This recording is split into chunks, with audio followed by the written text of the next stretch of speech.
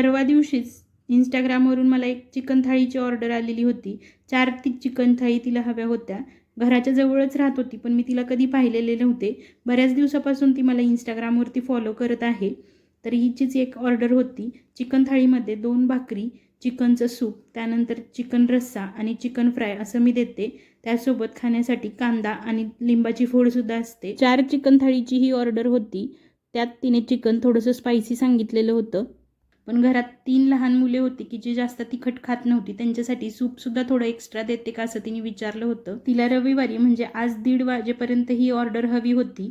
माझा सगळा स्वयंपाक 1 वाजता तयार करून पॅक करून झाला होता. तर ही एक चिकन थाळी मी 350 रुपयाला देते. त्यामध्ये चिकन आळणी, चिकनचा रस्सा, त्यासोबतच चिकन फ्राय, 2 भाकरी, इंद्रायणी तांदळाचा भात, त्यानंतर कांदा आणि लिंबू तोंडी लावणीसाठी असतं.